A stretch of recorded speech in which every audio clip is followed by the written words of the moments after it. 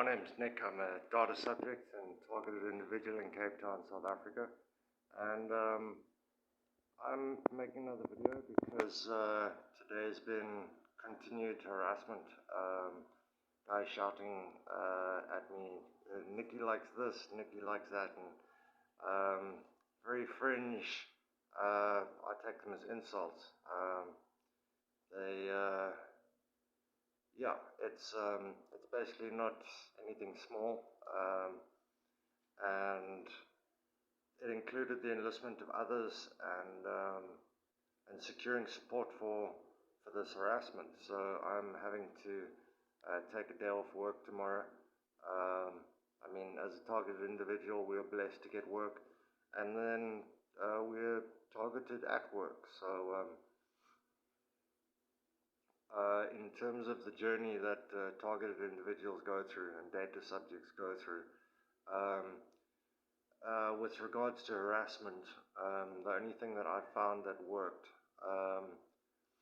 in terms of my mental integrity from neural data breaches, I contacted the Information Regulator of SA, and that's still occurring every second. Every time I make a new decision, it's subject to neural interferences from a history of neural data breaches projected to civilian militia. So in terms of neural activity in my brain at the moment, it's quite something that I just want to take slow, and I'm not trying to push it because being subject to biased, discriminatory, and prejudicial algorithms on a sort of robotic style cyber torture of a data subject, it's hardcore, it's inhuman. And as I get closer to a finalization of a second complaint, harassment's just escalated, and to the point I need to kind of divest or stop my initiative to send information overseas, and in fact retain a lawyer. So not only am I having to suffer hyperstimulation from harassment, but then I suffer financial deprivation by going to court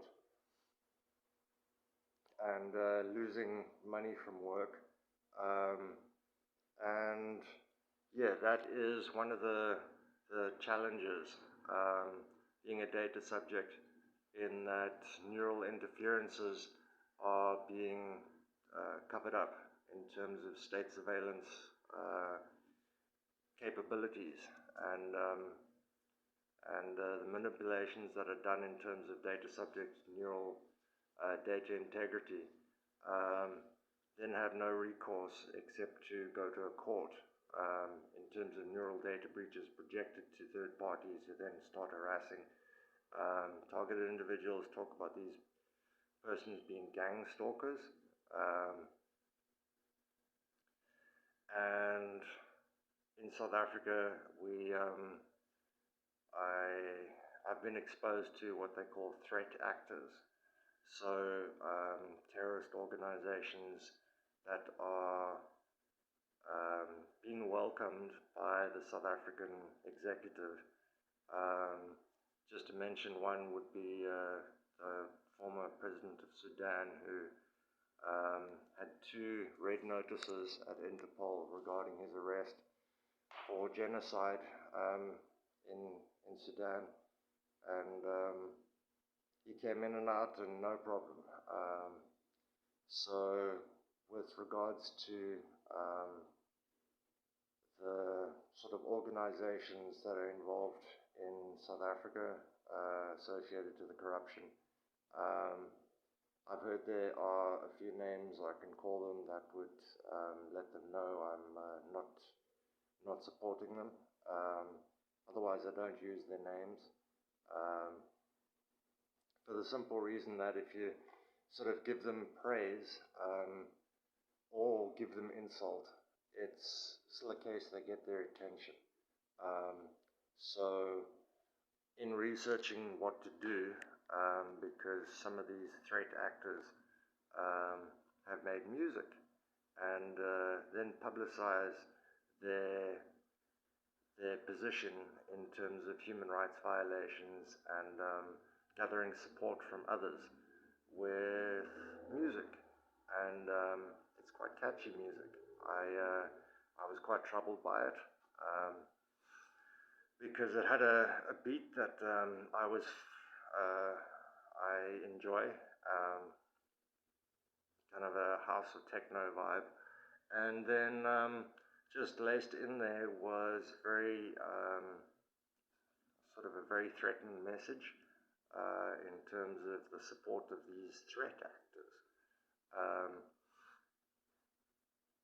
So yeah, that's like another hyperstimulation. I'm suffering hyperstimulation now. But yeah, with regards to South Africa, I first started noticing association to what targeted individuals call gang stalkers. I associate to them being participating in neural data breaches. So as a data subject, that is one of the vulnerabilities that is enabled by the AI brain-machine interfacing system. And yeah, when it comes to data subjects, neural cortex and motor cortex, it's inhuman. I can't compete with it.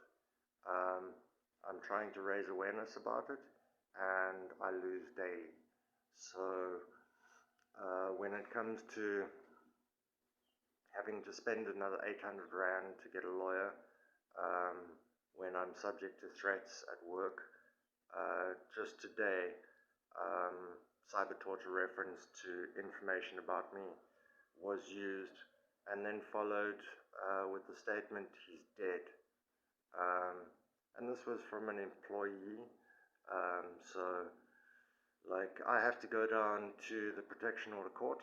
I don't know how seriously to take it, but in terms of that harassment and previous harassment, where he's associated me to some really hardcore nonsense, and I have to take him to court now because he's enlisting others and telling others, oh, well, this is this and this is that, and Nick's dead. So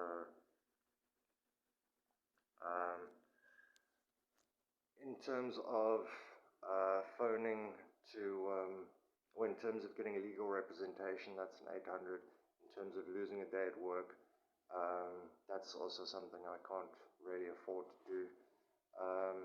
And then that's on top of extra phone calls that I'm putting through to the information regulator, the SA, just to try to finalize my outcome letter from a complaint I lodged with them due to the fact that I'm subject to continual neural data breaches projected to third-party civilian militia, and these are capabilities within the AI state surveillance apparatus and are absolutely 100% illegal and unconstitutional.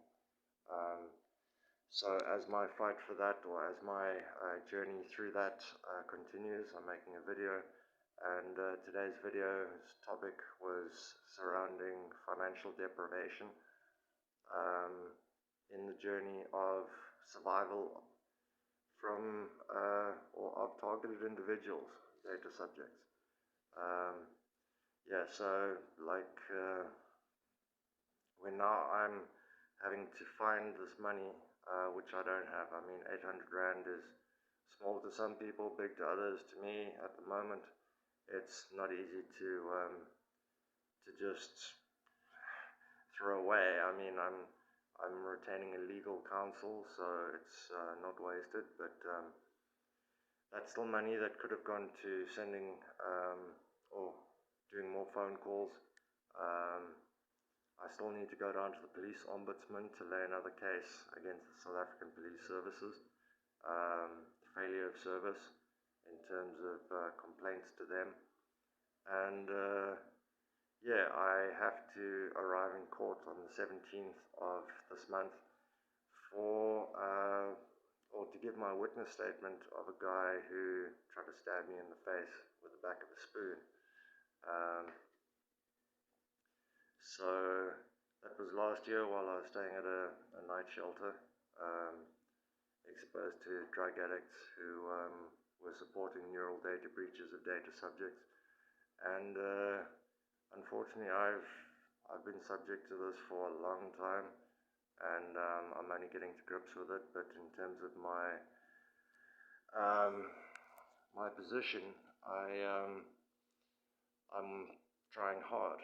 So for a drug addict who wants to get his kicks, get a neural data breach association, and get the rest of his life in a handbag, it doesn't work that way. And yeah, he was associated to me, and neural information that had been projected to him, and then tried to belittle me and swore at me, made some threatening remarks, and then pushed in line in front of me at breakfast. So I just mentioned to him, there's no need to push. There's still lots of breakfast inside. And at that point, he turned to me and said, "Hey, you think well, I'm going to stab you. Who do you think you are?" And then he tried to stab me. So I need to go to court on this. Well, yeah, he tried to stab me. I was holding a food tray and just lifted that up, and then see a spoon sticking through there. It wasn't pleasant. It's sort of scary, and I specifically maintained an awareness of self-defense in terms of this guy's neural data breach association and his lifestyle, and I didn't fight back, which is sort of my usual policy. I'm a former Tai Chi student, Tai Chi Chuan, so yeah, it's self-defense, it's soft, it's relaxed, and it's kind of poke the guys in the eye and the fight stops. It's a very simple fighting style, and yeah, in terms of that situation about being stabbed and trying to be mindfully aware of my situation, it's sort of bringing up emotional turmoil at the moment that everyone's gaslighting the neural data breaches, and I have to go secure a prosecution of a gang stalker, neural data breach participator who tried to stab me in the eye. So life is quite hyperstimulated at the moment, and I recognize I'm not alone in this journey as data subjects and as targeted individuals within the spectrum of the vulnerabilities that we have